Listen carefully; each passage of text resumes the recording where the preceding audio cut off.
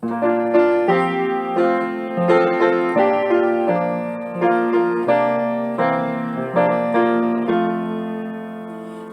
of love, we've known division, and we've seen its awful cost.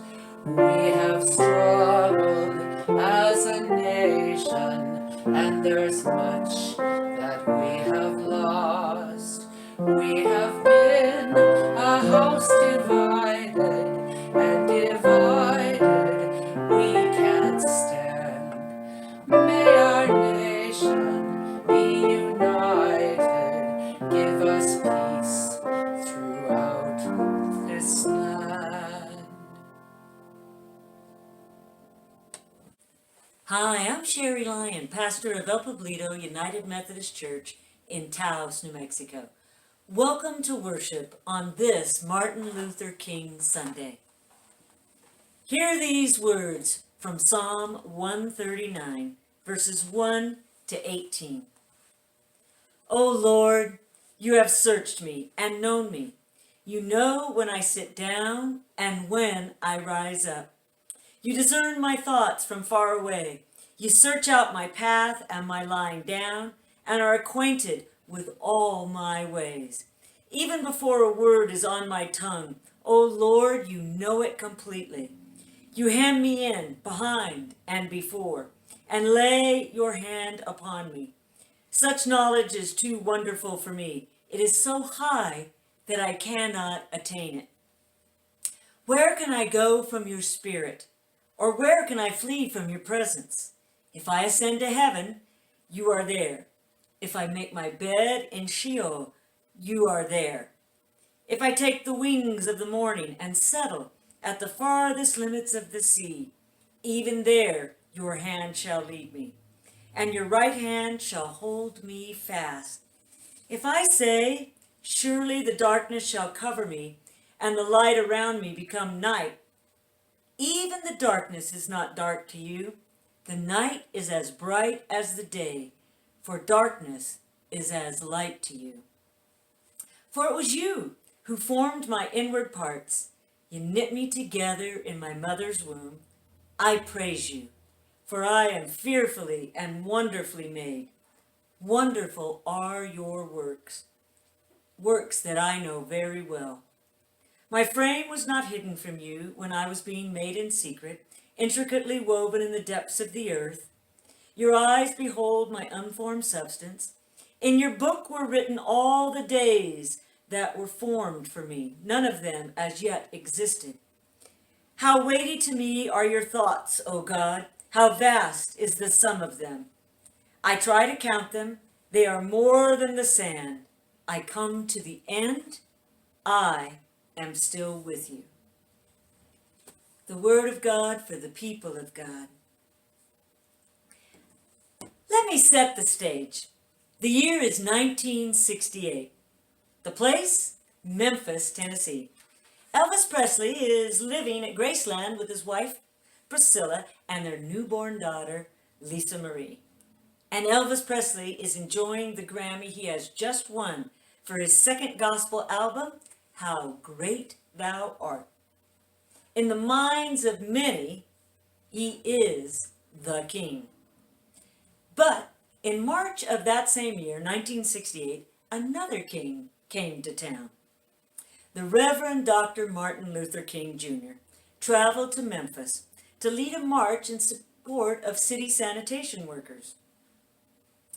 Those 1,300 workers, most of whom were black, had been on strike for safer working conditions, higher wages, and equal treatment. Unfortunately, several militant groups turned the march violent, and Reverend King announced over a bullhorn to the crowd, I will never lead a violent march, so please call it off. King promised to go back to Memphis in a month, in early April, to lead a march that would be nonviolent. Reverend King returned to Memphis on April 3rd, 1968. Several death threats had been directed at him, and tensions were high. But Reverend King felt it was important to press ahead and speak at a rally on behalf of the sanitation workers. In the course of the speech, which turned out to be the last speech he ever gave, Reverend King told the story of an earlier attempt on his life, one that brought him very close to death. According to Ralph Abernathy, his friend and successor, Martin Luther King stood up that night and just preached out his fear. Hear now these words of Martin Luther King Jr. himself from his speech from April 3rd, 1968. He said, "You know, several years ago I was in New York City, autographing the first book that I had written. And while sitting there autographing books, a demented black woman came up. The only question I heard from her was, 'Are you Martin Luther King?' And as I was looking down writing, and I said, 'Yes.' And the next minute I felt something beating on my chest. Before I knew it, I had been stabbed by this woman. I was rushed to Harlem Hospital.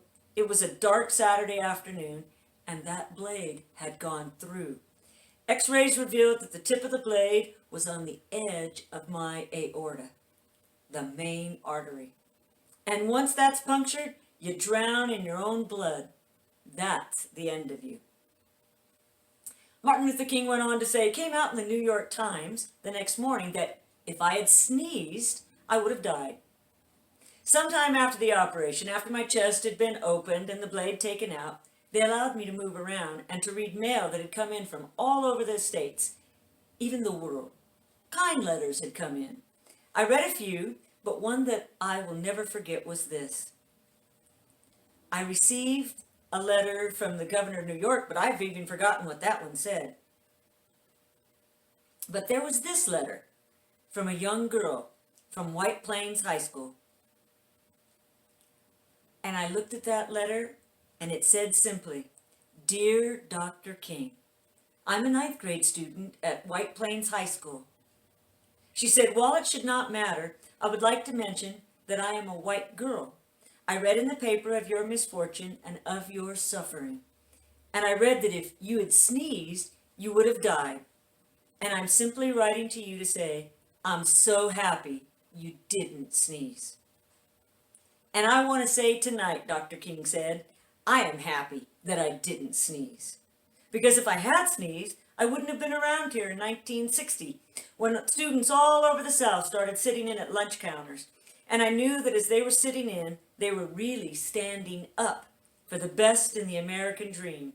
If I had sneezed, I wouldn't have been around in 1962, when Negroes in Albany, Georgia decided to straighten their backs up. And whenever men and women straighten their backs up, they're going somewhere, because a man can't ride your back unless it's bent. If I had sneezed, I wouldn't have been here in 1963, when the black people of Birmingham, Alabama, aroused the conscience of this nation and brought into being the Civil Rights Bill. If I had sneezed, I wouldn't have had a chance later that same year to tell America about a dream that I had had. If I had sneezed, I wouldn't have been in Memphis to see a community rally around these brothers and sisters who are suffering. I wouldn't be here tonight. I'm so happy I didn't sneeze. Martin Luther proclaimed, I'm so happy I didn't sneeze.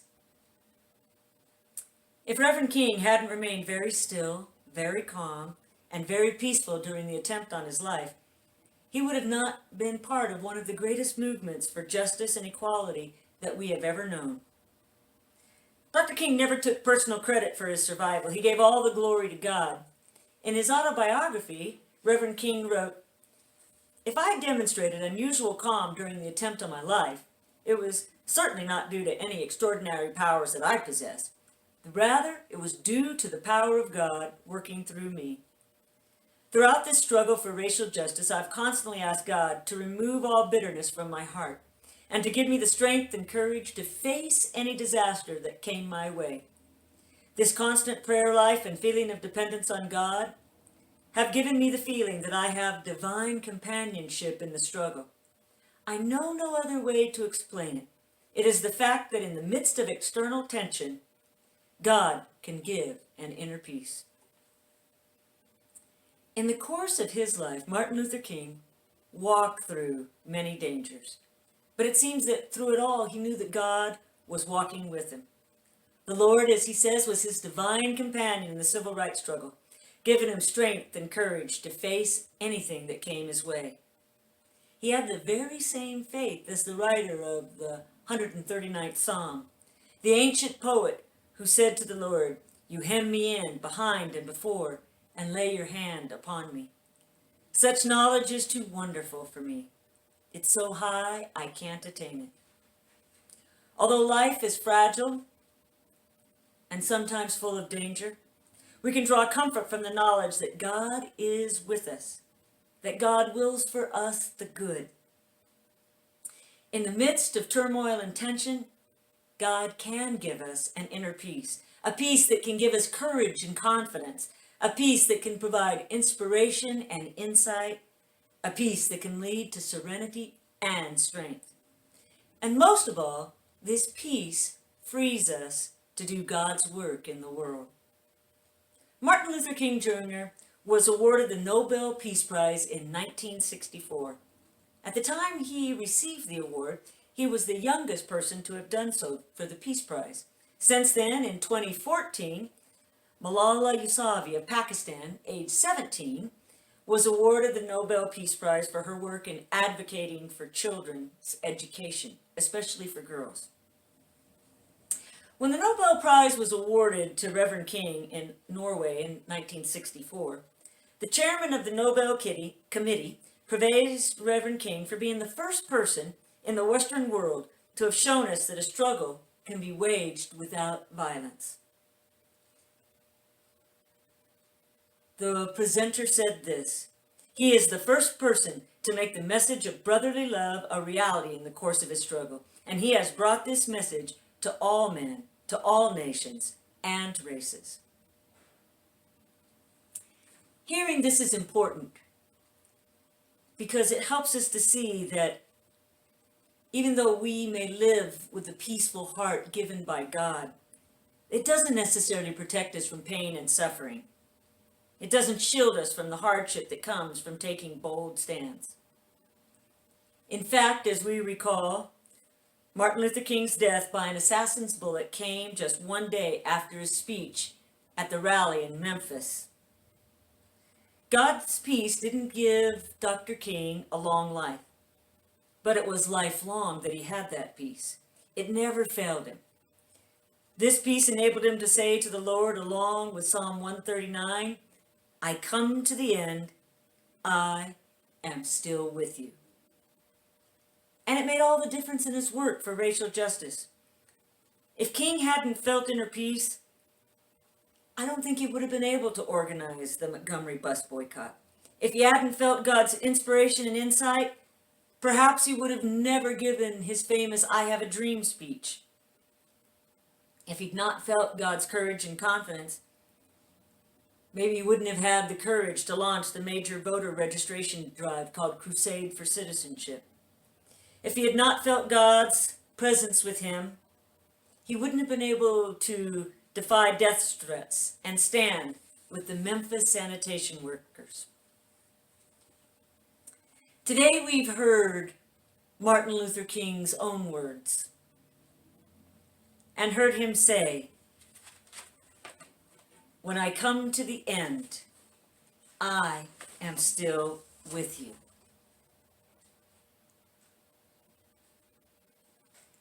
I believe that God's peace frees us to do God's will. It doesn't free us from all trouble or struggles or even sneezing at the wrong time. Because just like Martin Luther King Jr., we're never going to be free from adversity.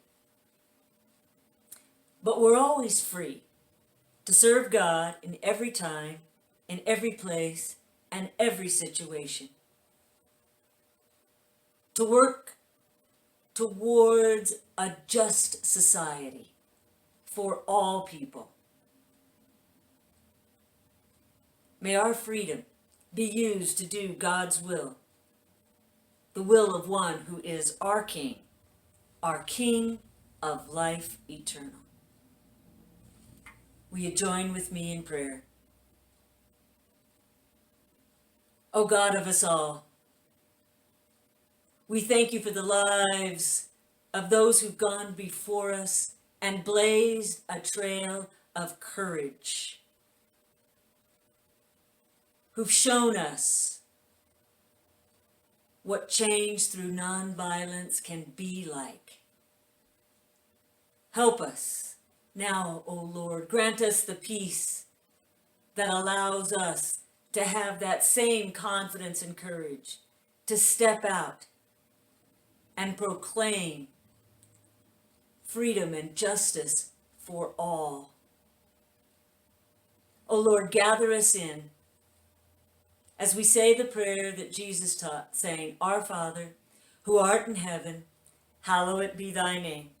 Thy kingdom come, thy will be done on earth as it is in heaven.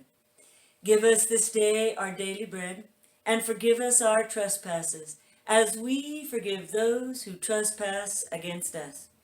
And lead us not into temptation, but deliver us from evil. For thine is the kingdom, and the power, and the glory forever. Amen. I want to say thank you for all the ways you give to our church and our community. You can donate online at www.elpoblitoumc.org or drop a check off at the church or mail a check in. If you'd like to join us on Zoom, we meet on Sunday mornings at 11 a.m. Mountain Time. Send me an email at elpoblitoumc@gmail.com, and I'd be happy to send you a Zoom link invitation. How will you honor the life and work of Reverend Martin Luther King Jr. in these coming days? Lord, send us out to be your people, a people filled with your peace, who are sent to spread love among all people. Amen. And now let us sing along with Claire. Amen.